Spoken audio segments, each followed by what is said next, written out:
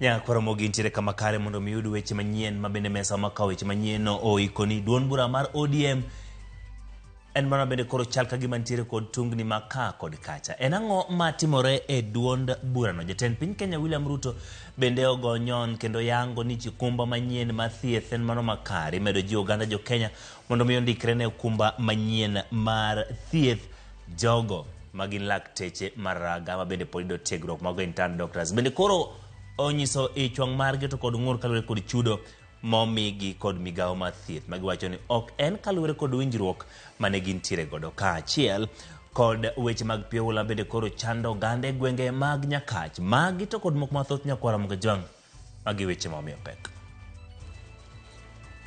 What Honorable Junet is saying is not what we in ODM believe in. That is not who we are. We are the party that believes in public participation. Jagoro maduong' mar ODM Edwin Sifuna koro wuok mager gi jatend kweth manok Junet Mohamed kod jotend migepe manyocha ODM otero e sirkal.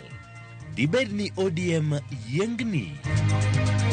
That was a very isolated incident. Overall, we have had a very amicable relationship with the members of the press. Dokwach kich olando ni okwayo ng'uono bang' kapisa margi omonjo jafwambo mar Royal Media Services Agnes Oloo. Gimwaneno ka, waneno gimarach, kendo waneno gimoduono. Gik moko kethore, wadagi meore sikul Nyadina, gionywandore. Jodak e miere magweng' ma Nyadina e Nyakach ywak e ula masane odarogi miechgi kendo yero chambgi kod jamni to kaora masondu miriu muomo genge.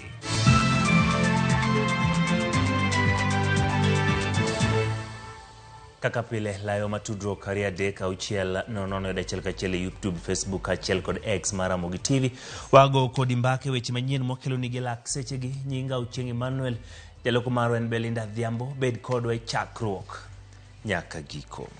Kawachako en jagoro maduong' mar ODM Edwin Sifuna wuok tung' mosuo kod moko kuom jokanye duond burano mowacho ni ok ochiwo luor ne duond burano kendo ne jopiny. Mbaka kod Ramogi TV, Sifuna lero ni jatend migawo mar mwandu manie bolo Ali Hassan Joho, nyawadgi mateko kod mwandu Opiyo Wandayi kod jatend kweth manok Edwin Junet Mohamed nyaka bed motang' kod weche mawuok e dhogin mar weche magiwacho ok nyis mise mag ODM to bende wechego ok nyis chung' mar ODM. Walter Nyambaga nigi mathoth. Jana nimeongea hapa Taita Taveta, naona wengine wananirukia Junet kwa bana mdomo ni yangu. The good thing with mouth is that all of us have them. You have a mouth, I also have a mouth. An kod dhoga kenda biro wuoyo. Magi gin weche mawuok kuom jatend kweth manok Edwin Junet Mohamed kogolo chung' mare mar siro jatend piny William Ruto. Weche mosekelo liete kind jokanyo mag ODM kagi sani to jagoro maduong' mar ODM Edwin Sifuna wuok tung' mosuo kod Junet, jatend migawo mar mwandu manie bolo Ali Hassan Joho to kod nyawadgi mar teko kod modhi Opiyo Wandayi. Sifuna okonigi fungo weche ma ok nyis mise mag ODM kata matin. So when I hear a leader making a pronouncement such as the pronouncement that came from Honorable Junet, and then he says it is his personal opinion, yes, it might be his personal opinion, but the position that he holds in the party, the position that he holds as a leader of minority in parliament, should always be at the top of his mind that yes, you might have personal opinions and you are allowed to speak freely. We don't have a problem.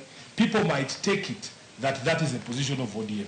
So it is my responsibility as a person who has been given instructions to protect the image of a party. Sifuna olero ni mise kod bidhruok maduond bura mar ODM man kod ji milion mathoth ok nyal bedo ni ji moko sanja manie sirikal loselogi. Sifuna otelo ni jotelogo kosetimo mabeyo mademi ok sokwanggi kendo dwokogi opara. I must stand up and say what Honorable Junet is saying is not what we in ODM believe in. That is not who we are.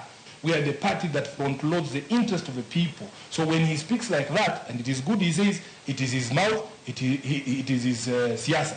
When you hear a former deputy party leader of ODM saying that they are going to curtail online discourse and criticism directed at the government, my friend, I told you I learned from the best, Raila Odinga. Raila Odinga is the most insulted politician in Kenya. He has never once threatened anybody who criticized him. Wi buok moko ni okwero gik matimore gi sani kendo dhi ataro kod paro mawuok mag siro sirikal koyudo buok ni lemone no inyalo yudhi. Sifuna okoni kuom higni 10 moseti e ODM en kod chir ni osetimo tich makare kendo chamo nyadhi. Kata kamano uye ni koponi soko sirikal kadhi ataro kendo golo lole wang' jok madhi ataro kadiponi ema nyalo milemono dhi to Raila Odinga mane omiye lemono biro wachone. My standing instructions from Raila Odinga is that we must maintain the identity of ODM, and the identity of a political party is in what it stands for and what it believes in. Otelo ni ODM ni kod ting' mar keto sirikal kod migepe tesre nyake komiti kendo jotend migepe maparo ni nyalo loso kabogo jopiny to paro moleo. Even former officials of ODM appear before my committees or appear before the Senate. I look at them as Kenya Kwanza cabinet secretaries. They are Ruto's cabinet secretaries. They are not in government executing the manifesto of ODM. Seneta ma Nairobi no okoni kata odoko ni ODM otegno kamano to jokanyo mag ODM manie telo nyaka par pachgi wuon to kod mano manywando kuku ODM. There is no enmity whatsoever, but what we have been asking ourselves, why is it only the cabinet secretary for energy who's talking about 2027? Why is it only the cabinet secretary for mining threatening people? Why? Why only the ODM people? What is wrong with them? Yeah, that is the question we're asking ourselves. Okoni dhie nono kod jotelo ni mar ODM le andio lando ni gidhi chungo ng'ate laro content piny. Kata kamano Junet kod Lange to sani wero Ruto nyakedebe. Just recently in Vihiga, he made it clear that ODM will run a candidate in the 2027 presidential election. That is the last instruction that he gave to all of us, members of the party. So when you hear a member of ODM saying that in 2027 they will support somebody other than ODM candidate, that is not who we are. They are the ones going against Baba's direct instructions. It's not Sifuna. Walter Nyabaga, Ramogi TV. Kapod wantiere wach motenore kod mano, jatend migawo mar mwandu manie bolo Ali Hassan Joho omedo chung' kod weche ne manyo wacho kendo kwani jo Kenya ni nyaka giikre manyiso picha mar Kenya makare ka gintiere mbui mondo kik giriemb joket mwandu. Jo sani do kwet kuom jo Kenya ni weche nyeo nyiso tok teko kod agoko ni jo Kenya tiyo marach kod mbui esemo piny owacho. Magi timore ka seneta wa Migori Eddie Oketch to dok ne jo kod Junet kotelo ni jotelo wuoyo kamano kalure ni gisiro piny owacho magitiyone. And I want to urge all of us, we sell our country positively. We sell our country positively. And I want to repeat some sentiments I said earlier. I was with the president in New York. And in one of the meetings when I was trying to sell the blue economy space, 90% of the questions that were being asked are informed from some space in social media. Maja ODM mane wani joma wuoyo go koni Junet ni jo timo makosa ni kata ka wanda wuoyo kata timo makosa mago joma ok understand ni jogo koni e sirikal gitiyo ne sirikal.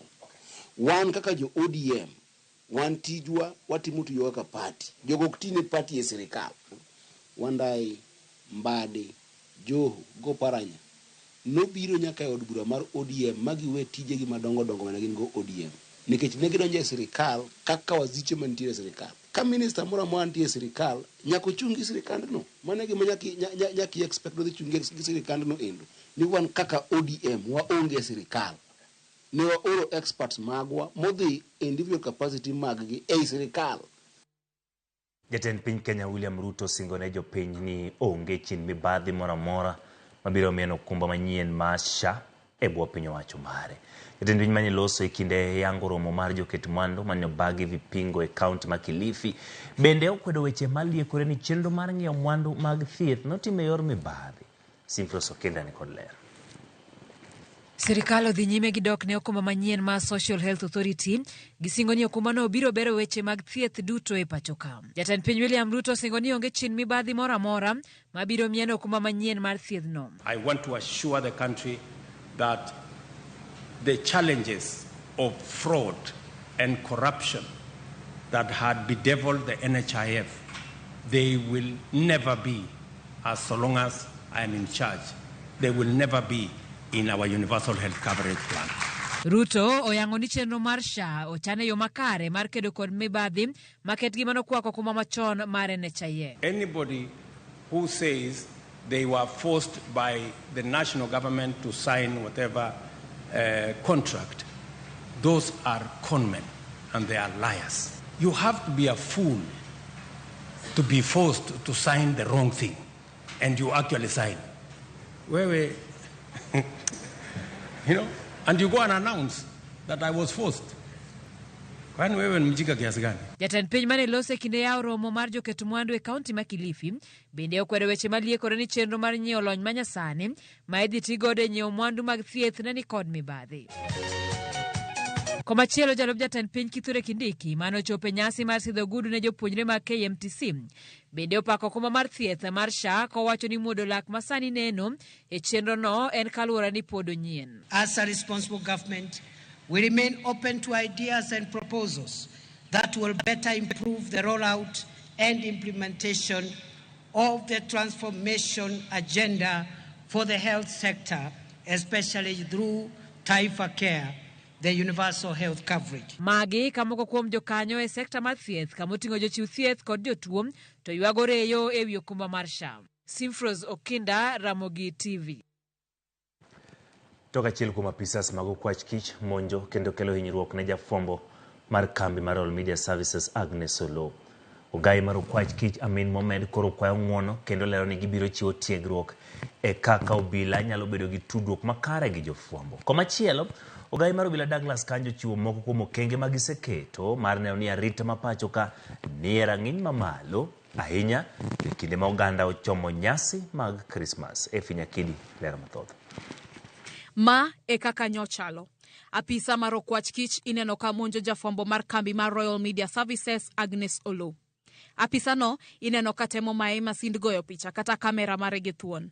Monjno otimore yo kinyi e kinde mane Olo ne goyo picha mar mako seneta ma Kiambu Karungo Thangwa kadonje log tich mar okwach kich mondo miyo dadhoge kaluwore gi tulo manotimore kar chung od bura ma Limuru juma mokalo. Tokma, ogai mar okwach kich Amin Mohamed okwayo ng'uono kendo lero ni gibiro chiwo tiegruok makare ne apisas go e wi kaka ginyalo loso kod oganda kendo bero tudruok e kind obila gi jofwambo. That was a very isolated incident. Overall, we've had a very amicable relationship with the members of the press. And the two institutions, that is the media and the police, these are two institutions that their duties call upon so that they can work together harmoniously. And we've been doing that. So immediately that matter was brought to my attention by my good friend Arab Kinay. I made sure that the situation was rectified. Otherwise, we shall continue training our officers in terms of their competences in the area of interaction with the media. E kindego, ogai mar obila Douglas Kanja owacho ni giseketo kenge makare motelo ne nyasi mag sikuku pachoka. Koloso owacho ni gisemedo kwano obila kaka mago matiyo e yora lingling kendo gitiyo kanyachiel gi duol makedo gi mibadhi EACC kod mano mar NTSA e thiro mibadhi e apeini. We are also collaborating with the National Transport and Safety Authority to conduct crackdowns at the road safety compliance checks on the major highways, at the Ethics and Anti-Corruption Commission to prevent corruption on the roads this festive season. Apart from the roads, Kenyans should expect to see more police presence and visibility as we have deployed more specialized units, including formed police units and undercover officers, alongside the regular police, to intensify patrols, heighten both ground and aerial surveillance in the major towns, borders, places of worship, shopping malls, and critical infrastructure areas. Kata kamano, okwayo jowuoth, joriemb apiko kod derepe mondo obed akich e kinde nyasi mag Christmas ahinya to e kinde koth. I wish to remind all Kenyans that security and road safety is our collective responsibility.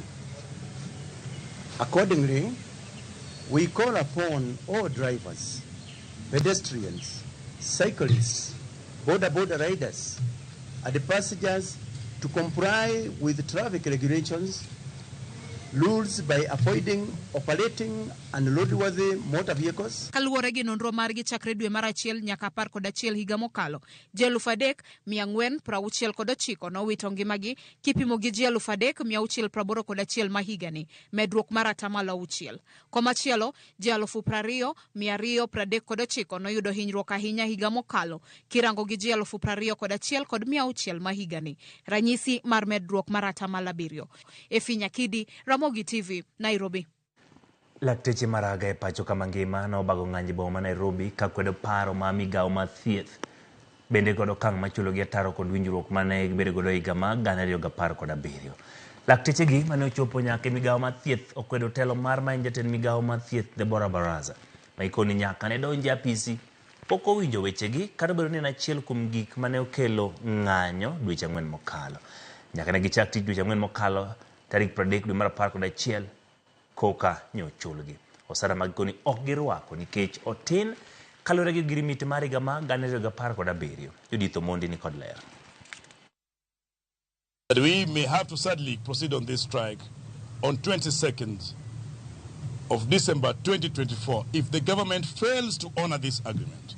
And this time I must insist and say we have no business with negotiation. Bang' chung kar tiendgi ni gidokie ng'anyo nikech deko mar osara mar jochiw thieth ma jopuonjre, migawo mar thieth Sabato mar tarik 30 dwe mar 11 ne ogolo ripot ni gisechulo laktechego. Kata kamano, chudo mar osara ni omedo mana nyayo koko kod lwenye kind lakteche kod migawo mar thieth. Lakteche gikoni osara magiyudo nyiso achaya ma okalo. Daktari anatibu watu, anarudi nyumbani hata hana tokens. Daktari anarudi nyumbani hana hata sukari ya kulamba. Since independence. Since the new CBA was signed back in 20, what changed? Ndio daktari mshahara yake ikatwe na 70%. Negichako tich dweche 4 ma okalo, kendo gikodi moko kuom gi osekawo ngimagi nikech chandruok kod tich matek e ute thieth e kinde ma piny owacho to ok dewgi. The lack of goodwill by ministry has resulted into frustration among intern doctors, with 2 of our gallant soldiers succumbing to mental health issues. The internship process, which has been the bread and butter of the health profession, is on the verge of collapse. Kanyaka sani gikoni ngang' ok ginidogi e tich nyaka piny owacho chulgi osaragi kaluwore gi ogirimiti ma higa 2017. We need to be paid our CBA 2017 rates or we will not go back to work. It is CBA 2017 or no work. Yes. We occupy MOH until the day the ministry is able to pay us our arrears and pay us in full. Dweche 4 ma okalo riwruok mar KMPDU ne obago ng'anyo kuom maohewo ndalo 60 kama duong' mane omiyo ibago ng'anyo to ne en chudo mar lakteche magin jopuonjre kata interns mane piny owacho olieko ni koro ibiro ng'ado osaragi kod atamalo 70. Bang' ng'anyono, duoko malong'o ne ok obedie kendo doho ne owinjo gol paro mogik ewi wach mar chudo mar interns. Riwruok mar KMPDU chako ng'anyo kendo tarik 22 dwe mar 12 poni ok ochop dwarogi kaka ogirimiti ma higa 2017 wacho. Judith Omondi, Ramogi TV. Jochiw thieth e riwruok mar Kenya Union of Clinical Officers obago ng'anyo makwedo paro mar agulu mar SHA maweyo oko ute thieth moyaw gi jochiw thieth giwegi mong'ere kaka clinical officers e ng'anyo mane tele kod jodito makuko Peterson Wachira kod George Gibore ma en jagoro maduong' giywak ni board mar SHA oseyo jochiw thieth ma clinical officers kendo bedo ni nyalo we ute thieth magi oko mar SHA e kinde magine maging'enye mohewo mamoko nyiso ni telo mar SHA ok oikore mar konyo jopiny. Gichwalo ng'ur margi ne migawo mar thieth kod od bura mar Senate.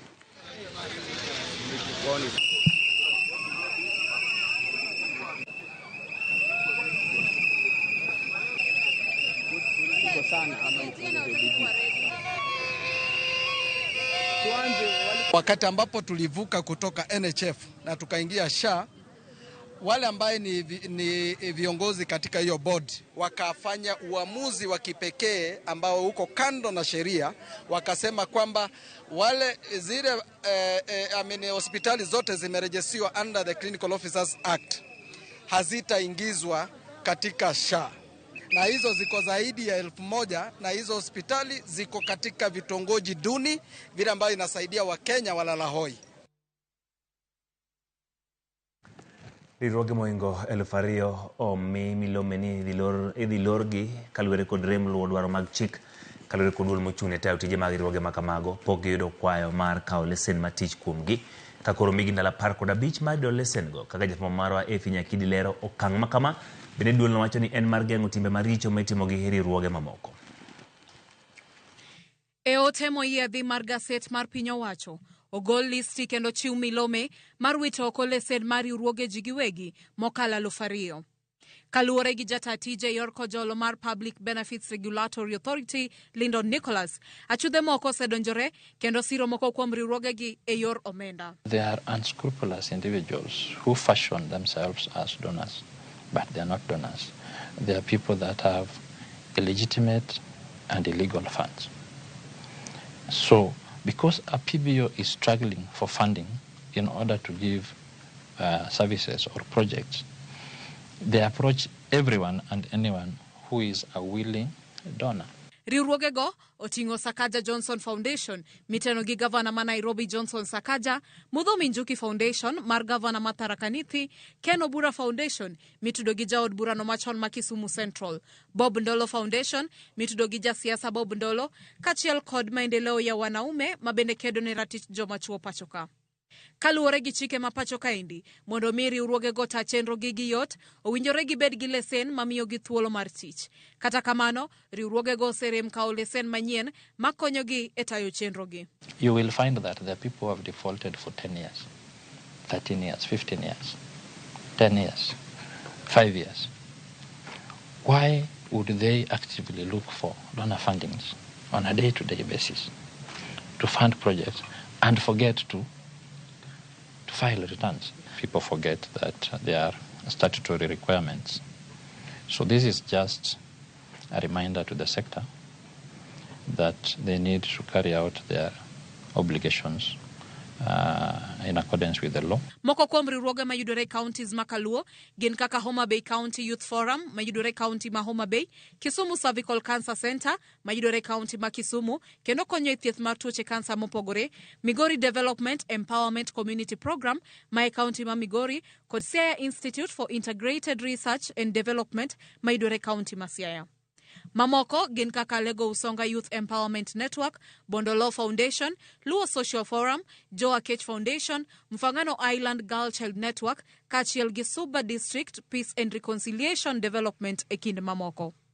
Riwruoge gi koro mi ndalo 15 mar kawo lesen manyien, kokamano biro chuno piny owacho kawo okang' mager kendo chungo chenro gi pachoka. We are out on a campaign, a very aggressive campaign to clean the sector and rid it of these elements, and we are working in tandem with the national government, the Ngao program, and we are going to make sure that we comb each and every facet of this country for these people. Efi Nyakidi, Ramogi TV, Nairobi. Nyakoro mogi tok report mar Efi Nyakidi na wakaw godo yweyo mokwongo, kata kamano kik dhi mabor, pod wantiere kod mathoth moiko ni chenro mar Oimore.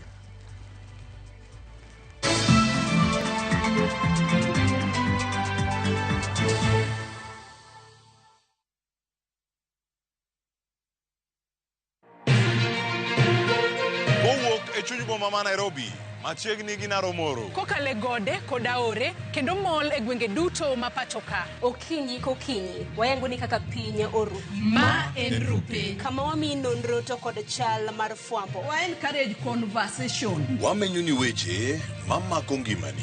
Job restructuring kata state restructuring ok promise ni kiwitu tich ka tidiro tich ka. Kendo in gi duol e mbaka oromo watudre gi reporter marwa ka en Homa Bay, Mombasa, Kisumu, Migori, Kisii.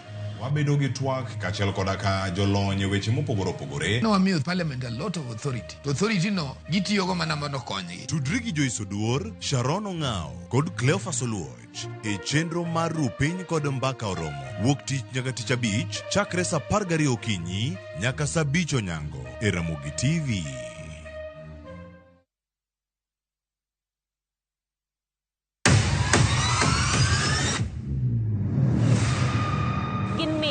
makelo dongruok mopogore opogore. Don't speak on our issues as women. Let us be the one to speak. Kaka gikete ratil, familia kod tijegi. Magitimo gisiso kod lony. As the woman representative of Homa Bay County, this nation is hungry and there is no question about it. Minegi nietelo. Gijiwo kendo gikelo lony mopogore opogore. Mentorship en gimoro ma important kabisa. Mano konyo ji kendo miyo ji bet gi positive attitude. Gimiyo lony margi kanyakla kod yudo duoko ne chandruoge duto magikale. We want leaders to be fair to the nation. To emine wacho sigand miyo kamiyo ogen. Mine wacho ngeso ka ngeso kod jailieta.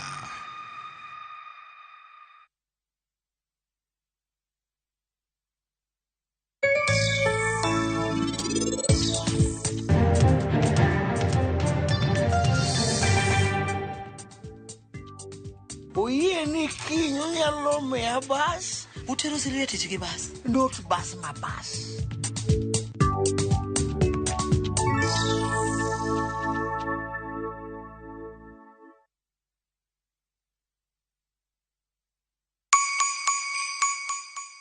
This holiday season, Citizen Duka na Quickmart tunakuletea mama mpenzi basket na deals kibao. Isitoshe, sasa unachagua kile unataka kurusha kwa basket yako. Zote kwa discounts nononono. Imagine sugar 2 kgs at 269 from 279. Chapati flour 2 kgs at 139 from 169. Cooking oil 3 liters at 899 from 1060. Basmati rice 2 kg at 699 from 767. 4-pack tissue white at 159 from 186. Bar soap 800 grams at 159 from 200. Dial *487*5# to select your item and buy straight from your phone. Once you receive your code, pick up your shopping from any Quickmart supermarket near you. Simple, fast, and super convenient. Other baskets on their offer include Mama Soko, Sherehe, and Daily. Citizen Duka, making your celebrations more sweeter.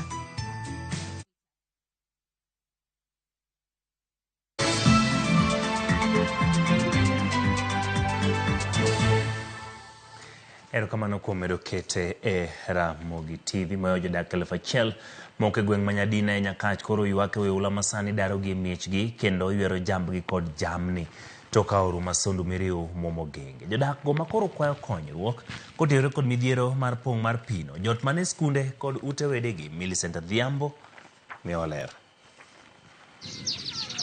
E gweng' Manyadina mayudore wuod ma West Nyakach e kaunti ma Kisumu, oula koro otimenewa. Oula makama obiro bang' aora sondu miriu, pong' momo genge kaluore kod koth mamedo chwe pacho ka. Jodak yango nikech maliyo koro ochomogi ni mar kopogore kod miechgi, mwandugi mamoko kaka puthegi kaachiel kod jamni bende onimo e pi, gino makoro miyogi achiedh nade kaka gibiro chiemo kendo puonjo nyithindegi. Jokama, gimwaneno ka, waneno gimarach, kendo waneno gimoduono, watho, tapuro, to sache mochopo ne dwa chame, piyo sa olore. Sani bando mineno kan bando chin eka 500 en olalte goganda. En ka area waka wadhi madhano madhi 800. Ma wasedhige skul kanyo wan dhano 300. Koro wan gi tabu kaka wayud yor konyruok kaka wanyalo chiemo onge. Sani nyithindwa dhi yaw skul. Kaka nyithindo gibiro dhi skul onge. Bende gilaro ni gidak monywandore. Gino mamiyo tuoche kaka nyaldiema, malaria e kind tuoche mamoko mikelo kod pi koro ochomogi gi ng'ong'o. Gik moko kethore, wadagi mere skul Nyadina, gi onywandore. Jogo dak e pi karech. Nyocho kel tandarua di pedhe wi pi. Dinindi ga pi. Kata mogo momini di tede pi. To kamedake onge. Pigi momoso gi richo. Jogi diewo seriously. Uneno nyithindogi. Ok gidhi skul. Nyithindogi tuore.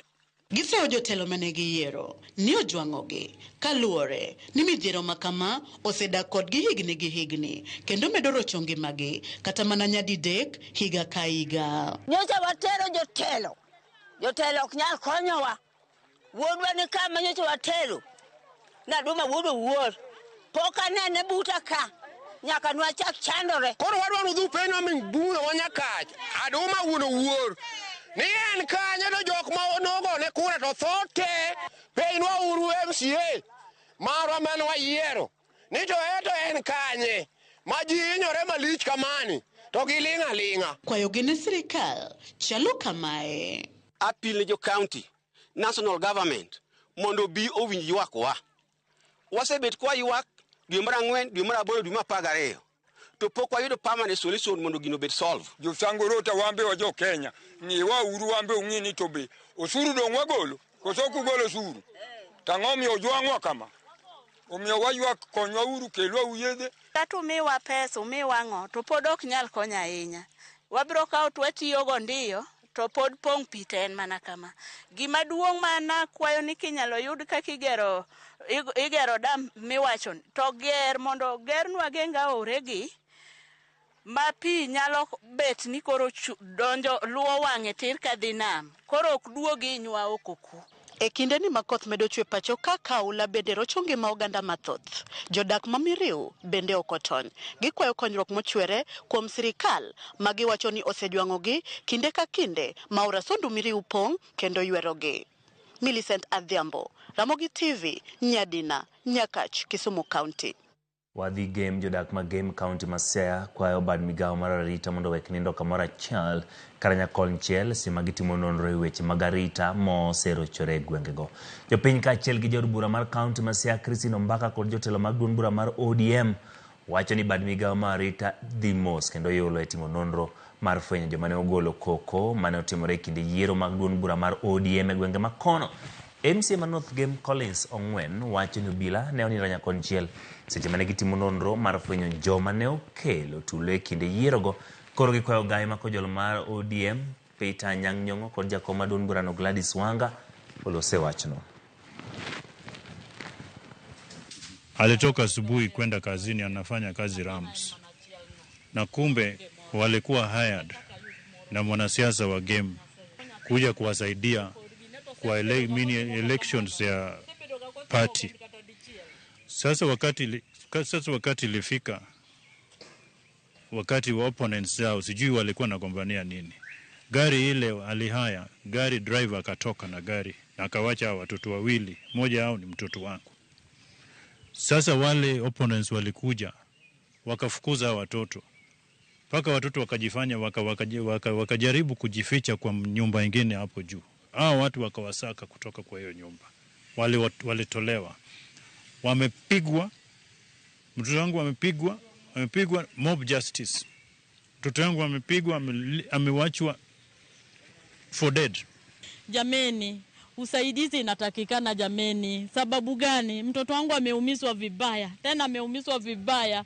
Ukiona mtoto wangu huwezi kujua ni Ken. We were surprised that we had goons that came to Yala to beat up people who were peacefully ready to elect their leaders. How can we know who is doing that? We need protection, and we're asking the government to come in and save us from various attacks and abuses that game people are subjected to. Wadhi Migori, thoth jopur e kaunti Migori dwaro mondo piny owacho konygi e timo nonro e lopegi magipuro mondo eka ging'e kit kothe manyalo timo makare puothego. E kinde twak mar kod jopur mopogore opogore odiechieng' mar lowo, wayango ni thoth jopur okia nonro mag lowo magipuro, gino makoro thiro nweng'o maggi.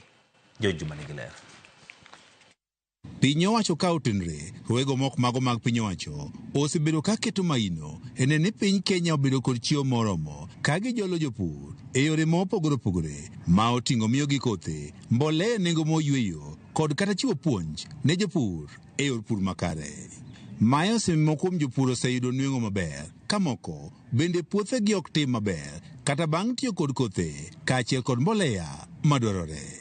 Jolony wechego mag pur wacho ni ka opoge kod tiyo kod kothego kaachiel kod mbolea mowinjore, jopur onego pim lowo mag puothe magitiyogo kinde ka kinde mondo giyudi nonro makare, gino manyalo miyo gi kata mana kit kothe ma onego gipidhi e puothegi. Soil testing kata pimo lowo kwa pimo lo to ji matin samoro paro mana ni wapimo mondo ng'iyo mana to lopani ang'o modwaro to nitie en gik mang'eny wabiro ng'iyo nyaka gima iluongo ni soil organic matter nitie kanyo ma very very important e lo ka onge go soil organic matter to iso ni en gi obiro bedo gi challenge moko kanyo e soil structure. Mana ni garama mar timo soil testing kaka japur ok danyal nikech maybe rem nitie but kaka nyocha ne jo breweries gi county no chung'nwa cha onego gichak gichung'nwa to gi fertilizer. Bernardo Mondi pene pisano mochi wechego mag pur e wuodno mar Kachieng kachiel kod Kanyasa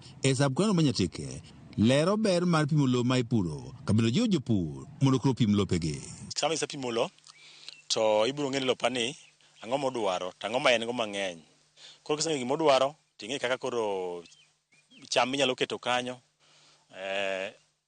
gi kiwango mar cham no dwaro e lono. Penjo maduong' en to bende jopur pimo lo magipuro kapok giyiero kit kodhi magipidho kaachiel kod kata mbolea. E kinde nondo mar odiechieng'ni malo ne wayango ni thoth jopur ok osebedo ka kawo lo matin mag puothe magipuro kendo tero e laboratori mondo kotimnegi nonro. Soil testing pok watimo. Agombo ni ka wanyalo time to nyalo ng'eyo ni lopani en type mane tang'o manyalo timore maber. Koro de wakwa mana sirikal ka nyalo timonwa mano nyalo konyowa mondo wang'e ni puodho ni owinjo kome gima kama puodho ni owinjo kome gima kama. Moro ne jo breweries gi county government no timonwa soil testing jopur 50 area ne. Koro kadwa duoko ka duogo to no orunwa gi e sim. Koro challenge mane nitie maybe interpretation my results ka mondo wanyal yudo gik ma wanyalo gine. Koro apani mano gima wamiyo gi feedback ma ginyalo loso.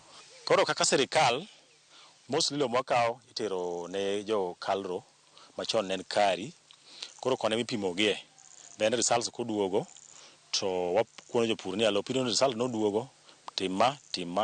Tom Mboyo kumos bedo japur kuom higni malo 20 wach ni en owuon pok ni opimo lopege ka gima osebedo kotimo en mana loko kothe ma opidho pod oneno kamoro ok tim maber. Wapidho oduma ahinya to kineno ka kanyo koro oduma ok tim maber tiloko inyalo keto bel kata gi kodhi machielo mane kaka wasebedo kwatiyo. Nengo mamalo mar pimo lo kod koso ng'eyo gin mokuom gigo ma osemono jopur mathoth pimo lopegi kapok gipidho kodhi moro amora. George Juma, Ramogi TV, Migori. Ramogi report ma George Juma nokawo yo mar ariyo kata kamano ka waduogo kod weche mag ohala.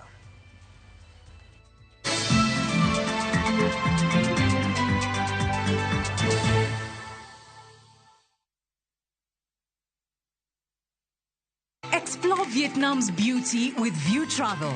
Enjoy the Hanoi City Tour, an overnight cruise in Ha Long Bay, thrill at Ba Na Hills, and tour Ho Chi Minh City, and so much more activities. Our 9-day adventure of Vietnam starts from $2,445 USD per person sharing. Angukia deals moto na View Travel. Book your dream Vietnam holiday and lipa pole pole. Visit viewtravel.com or call and WhatsApp 0703 254 254. View Travel. Dream, explore, discover.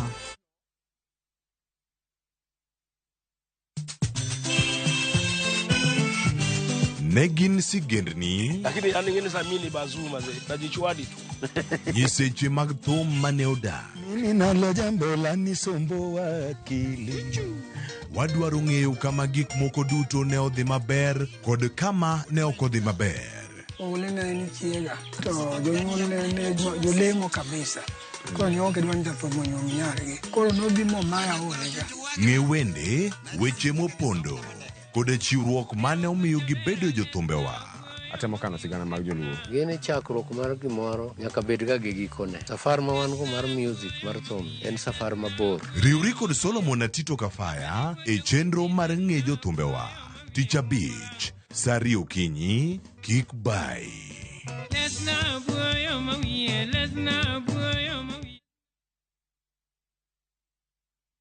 Iwanga duto keloni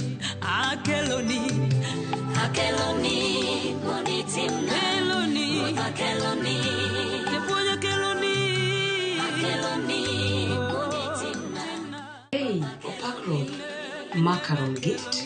Kidwaro wenda maruta keloni to di star 860 star 419 hash. Parenia Ramogi TV enod jowere duto.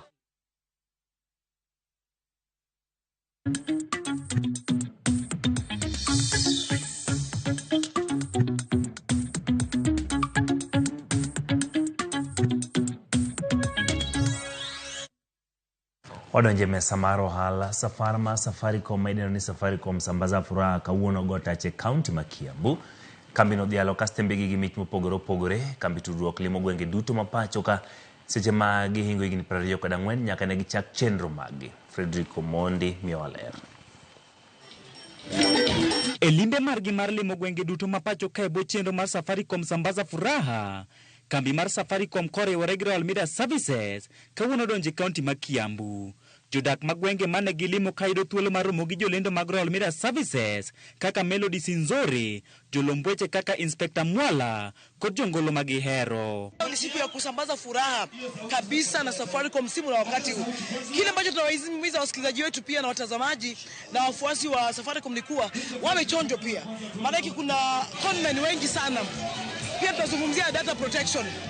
Namna ya kuhakikisha kuwa unalinda data yako, unalinda information yako. Safar no chakore gi kadak mawangige, kendo chomo Ruaka, Kiambu Bus Park, Kirigiti, Ruiru, Kimbo, Juja, Gachororo, nyaka Waitethie. Safaricom kadhialo johera gi mwandu mopogore opogore kaka omenda magoyo simu, gwen, kodiek mag Christmas. Furahia sana kupewa busi ya sikukuu.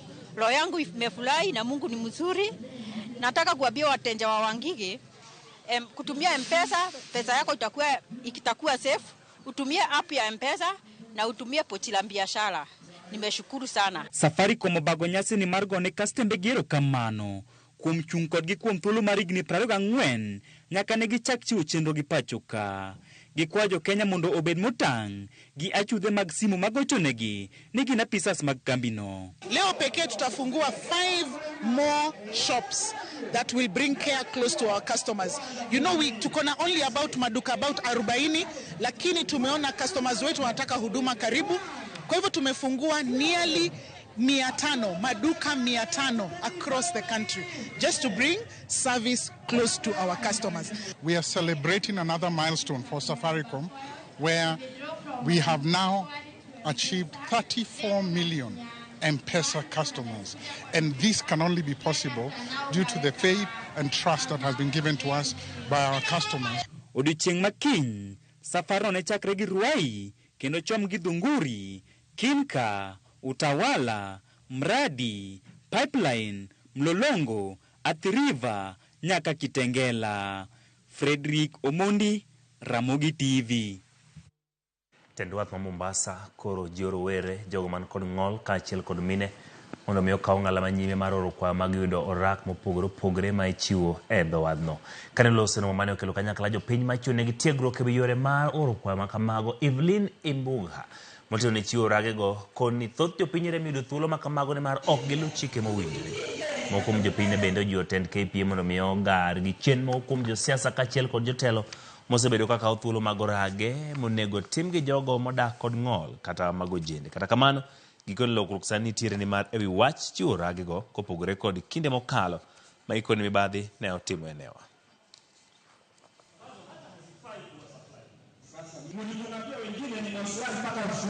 Our work is actually to train the disadvantaged group on how to access public procurement opportunities like contracts in KPA.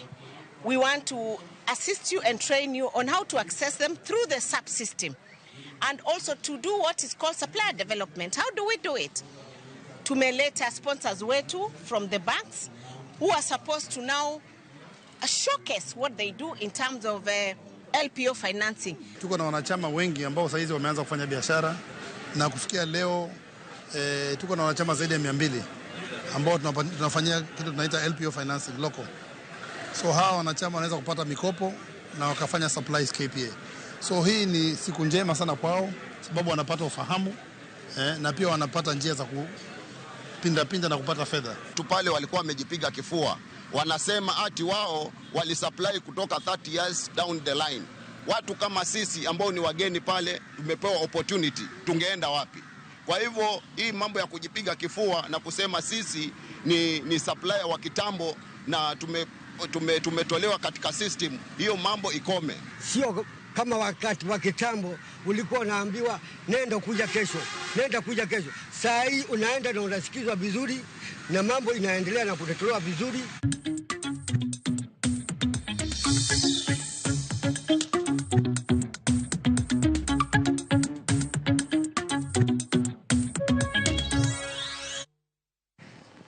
Karamogi Tokido report motenore kod weche mag ohala okaoyo matin kata kamano waduogo kod weche mago mag tuke.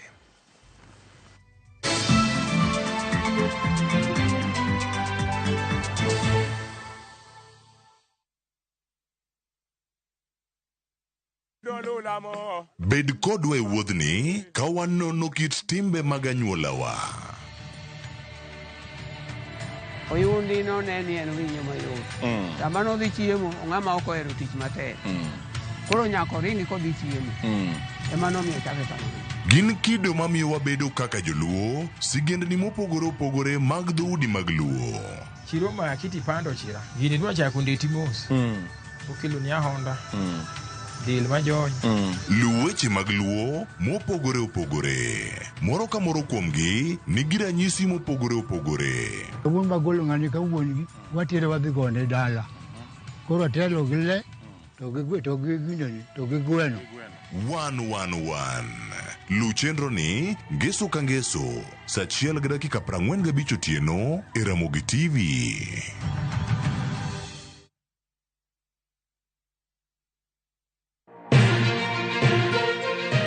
Chuny boma ma Nairobi, machiegni gi Naromoro. Kokale gode koda ore kendo mol e gwenge duto ma pachoka. Okinyi kokinyi wayango ni kaka piny oru. Ma en rupe. Kama wami nonro to kod chal mar fwambo. Wa encourage conversation. Wamenyo ni weche mamako ngimani.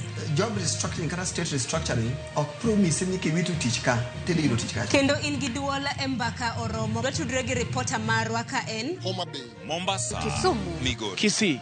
Wabedo gi twak kachiel koda ka jolony weche mopogore opogore. No wamiyo parliament a lot of authority. Authority no gitiyogo mana mondo konygi. Tudri gi Joyce Oduor, Sharon Ong'ao kod Cleophas Oluoch e chenro mar Rupiny kod Mbaka Oromo. Wuok tich nyaka tich abich chakre saa 12 okinyi nyaka saa 5 onyango e Ramogi TV.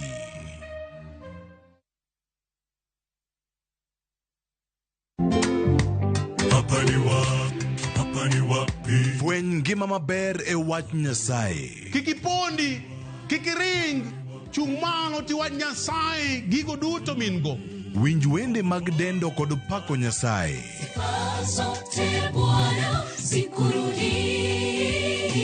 Wakelo ni gweth sabatoni. Injili ngima, Sabato, sari okinyi, kik bai.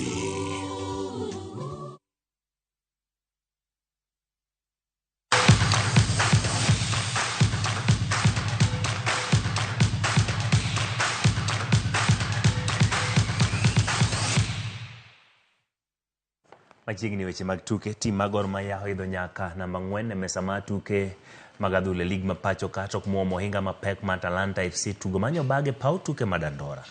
Sylvester Owino ne olione kogal dakika mar 15. Evans Osoro olione Atalanta dakika mar 22. Austin Odhiambo dakika mar 36 kapok Geoffrey Ochieng ne oloyo mar 3. Gor koro namba 4 gi points 17, points 5 ni kindi kod jotelo e mesa mar lig mano KCB kako galo nigi tuke 2 lwetgi.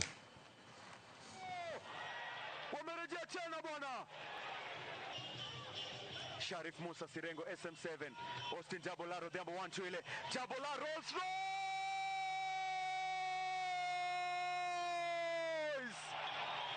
MVP kama MVP Ikruok ne ng'we ng'ado kor gwenge mano Chepsaita Cross Country tielo mar 2 setieki. Director mochung' ne ng'wego to kod ikruok Ibrahim Hussein yango ni ng'we ma higani biro bedo ng'ala mamalo. Yango ni giseikore kalwere kod chike moketi kod rang'iny mag duol mochung' ne ng'we e piny mangima World Athletics. Lero ni ma ok tin ne jong'wech 10,000 osendikore ne ng'wego mibago gi kodirani mowuok e pinje 15 kama oting'o jong'wech 70 ma nigi huma.